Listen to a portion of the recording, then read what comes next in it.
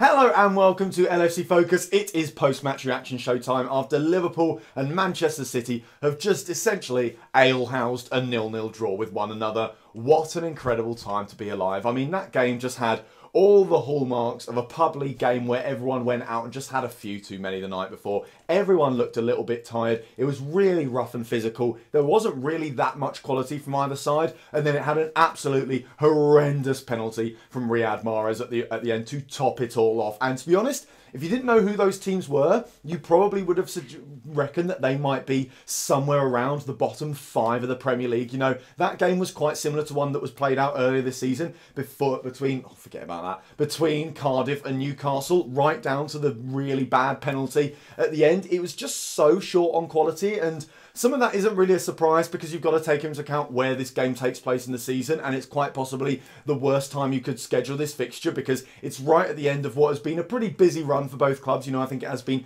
significantly more difficult for Liverpool than it has been for Manchester City, just purely in terms of the difficulty of the fixtures they've faced. But both teams have had to play a lot of football, and also this early on in the season, they're not really quite in that kind of rhythm where they can play weekend and midweek over and over again. You know, when it gets to like January time, the players almost in a kind of rhythm where that actually benefits them to be playing so often, whereas this early on, no one's really quite hit the ground running just yet, and everyone's just working their way up to full match fitness. So it's no real surprise at the end of the day that the game was played out the way it was. It was just a little bit of a boring match, was it, to be honest? And to give Liverpool and Manchester City as well some credit, I thought both teams on the whole defended really, really well. I was really impressed with what Liverpool were doing. I really liked Dejan Lovren as well. I think in the early stages of the game, he didn't have much to do, but as it got towards the end and as we sort of pressed out a little bit more, I really liked the way that Dejan Lovren just dealt with what were some pretty tricky situations at times. You know, there's that one where I think he tackles Sergio Aguero, where Man City have a breakaway goal. They look really threatening and he has to get it spot on. He has no choice but to make that tackle. But if he gets it wrong, then they are through on goal and they have about 3 players bearing down on our goalkeeper.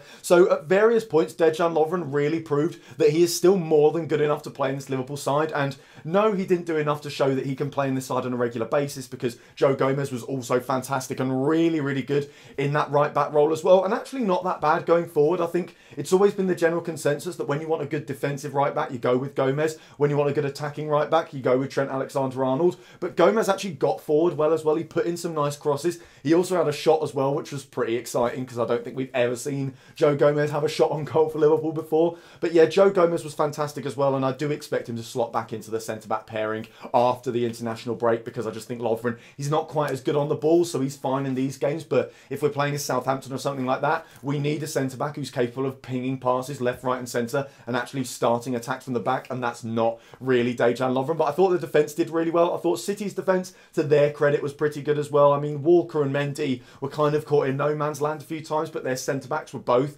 really, really impressive. I think John Stones and Aymeric Laporte, both kind of like our centre-backs, made big tackles at big times, made big interceptions as well, never looked phased and never gave the ball away, which is obviously something we've seen from Man City in the past in a game like this. They do give the ball away in stupid areas when we press them, and some of that is also down to the fact that our pressing wasn't that great. I think apart from the first 15 minutes or so, Man City were never really challenged that much when they were in possession, and some of it was down to their really good passing. They didn't really put a foot wrong in terms of how they sprayed the ball around the pitch, and there were moments where you could see us trying to press, but it just wasn't quite working, and the ball was always just a yard too far away from a player. And again, the blame also kind of falls on us there as well, because I think when we're pressing, we do it best when all players go at the same time, and the problem was a lot of the time it was just like Milner would chase down a lost cause, or Wijnaldum would do the same, or Henderson would do the same, and all City need to do is pick the right pass, and they are such good technical footballers that they can get out of tight spots like that. And again, it just comes back to this thing that the time that the game has taken place really doesn't suit the kind of game you want to see from Liverpool and Manchester City, and I just think a lot of the players were a little bit knackered. I mean, that was telling with James Milner when he comes off after half an hour. I think that injury has been coming for James Milner because as fit as he is, as good a professional he is, even he will get run into the ground if you play him too often, and it did look over the last few games like he was getting absolutely knackered. Similar with Trent Alexander-Arnold as well, so I think Klopp certainly made the right decision by leaving Alexander-Arnold out. Obviously, before the game, we're all going, what are you doing, mate? Putting Lovren in and putting Gomez back to right back, that's a little bit weird in it. But then it actually worked pretty well tactically as well, because Gomez just allows that extra cover in the defence as well and almost makes it not into a back three, but a slightly more lopsided back four where he stays back and Andrew Robertson gets forward a lot of the time. I quite like what Robertson was doing as well going forward. He got into the right kind of positions, put in some good balls, but I just think our attack again wasn't really firing, and I think it's certainly an interesting proposition of whether or not Liverpool consider tinkering with both the starting 11 and who lines up in that front three, and also the formation as well, because we had a similar problem to this last year where the attack just wasn't firing and we ended up rotating it a little bit. We did things like playing Ox on the wing. We also changed to a 4-4-2 or even a 4-2-4 at times, and it did help us get our mojo back a little bit. And obviously we then go back to the front three, and I certainly wouldn't be surprised if we did the same this season and changed things around and then went back to the front three. But I do think over this international break, Jurgen Klopp has got a bit of time on his hands to take a look and take stock of the last maybe block of 5 games or something like that, where the attack has really had some problems. I mean, the best attacking performance we put in over the last few games was probably against Southampton, and that was mainly down to Xherdan Shaqiri, who's barely played a game since then. So I do think Klopp has to think about his team selection going forward, and also the way he sets the team up tactically, because the front three just wasn't quite quick clicking today. I think Roberto Firmino wasn't really capable of doing what he does best, and that's kind of why our pressing wasn't that great, because Roberto Firmino is very central to that, and he wasn't really involved anywhere near as much as you'd want him to be today. Sadio Mane just wasn't that great on the ball. You know, he receives the ball and he doesn't really create the kind of mad creative situations that you normally expect from Sadio Mane, where he'll take a player on and get round him. He does it a couple of times, but the final ball after that also isn't there. So not a great performance from Sadio Mane either. I did think that Jordan Henderson had an absolutely fantastic game though, and he would be my man of the match. I mean, if anyone's a critic of Jordan Henderson, you show them that game and you tell them that is what Jordan Henderson's all about, and there isn't really anyone else at Liverpool at the moment who offers that kind of performance. He was just everywhere. He was all over the pitch. He was making tough, robust tackles. He was intercepting. He was making the play go forward as well. You know, people criticise him far too much for this whole passing backwards thing, but he was looking for options further up the pitch, and I thought Jordan Henderson, yep, man of the match, had a really, really good game. Really liked what he did today, and, you know, shut a lot of the doubters up today, I think. And then Wijnaldum had a good game as well. Naby Keita was a really, really interesting one, because I think he kind of proved today that he isn't quite ready. There have also been people, the same kind of people who criticised Jordan Henderson, were crying out for Naby Keita for the last few games and saying he's the kind of player that we need to unlock defences, to get the best out of the front three. And that game, it was just clear that Naby Keita is not quite ready yet. You know, we all know there's a player in there. We know he's fantastic. And of course, he will come good for Liverpool,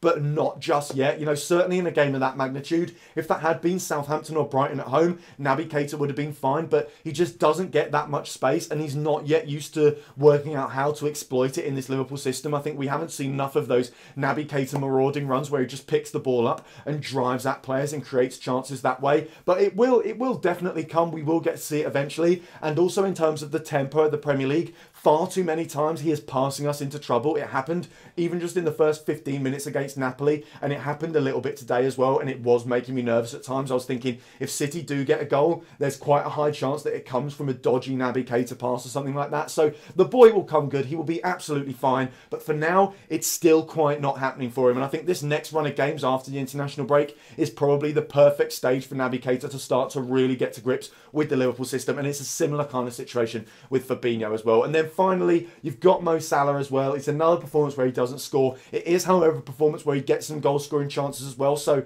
it's certainly an improvement on the game against Napoli. I'm not going to say I'm not worried, because in the past I said that I like that he's getting into these goal-scoring positions, and I did say that I will start to worry if he's still not scoring after 10 games or something like that. So, you know, if we get to November and he still hasn't scored, then it's starting to become a little bit of a problem, especially if he is still getting into these positions. You know, if he suddenly becomes a creator and gets loads of assists, then that is absolutely fine. But for now, it's kind of okay, and you know, it always has to be caveated by the fact that he is pretty much marked by 2 players at any one point in the game. There were quite a few moments where he did get the ball around someone, he did dribble away from them and get into space, and immediately there's already another City player flying in to win the ball back off him. So he can't really win at times. He's in a really difficult situation, and he's not necessarily making the best of it, but he's not making the worst of it either. He's just doing a little bit below average from what we'd expect from Mo Salah. But hopefully, you know, this international break, he gets to go away with Egypt, he gets to bang some goals in against some random African teams, and then hopefully come up a rejuvenated player who starts banging the goals in for Liverpool again. So all in all, not a great game, but obviously it feels better after that Mahrez penalty. And yeah, it was a penalty. I'm not even going to bother trying to argue that. Maybe they should have had another penalty earlier on in the game. You know, there's the one with Lovren on Aguero. You can maybe argue that the contact's not that strong. I think it's definitely 50-50. Some refs would give it, some refs won't. It kind of just, it depends on how the referee's really feeling in the moment, whether or not he gives that. The one with the Van Dijk handball as well, I'm not really having, because Fernandinho is essentially pulling his arm back, so he's almost pulled into that situation. But based on the amount of fouls that we played in the penalty box, they certainly deserve to get at least one penalty out of that game. And it's just a really fortunate fact that Mahrez absolutely skies it. And to be honest, we were all kind of expecting it. You know, when you see him make, not the run-up, but when you see him set himself, even when he takes the ball off Gabriel Jesus, the guy doesn't look confident. So no surprise that he misses it. That obviously makes it feel like a better point. And the fact of the matter is, we are now level on points with both Chelsea and Manchester City going into the international break. And we have got a much easier set of fixtures over the next couple of months than either of them. So Liverpool will be absolutely fine. The most important thing really is that we've got out of this period alive and that we can go on to the next one, because everyone was talking about this as a nightmare run, and I don't think it really was in terms of the standard of the teams we were playing, because I love us playing big teams and it actually kind of suits us in a way. But the problem was that we were playing so many big teams in a short space of time and the players just could not cope with it. You know, we tried to deal with it in certain ways, like obviously playing a B team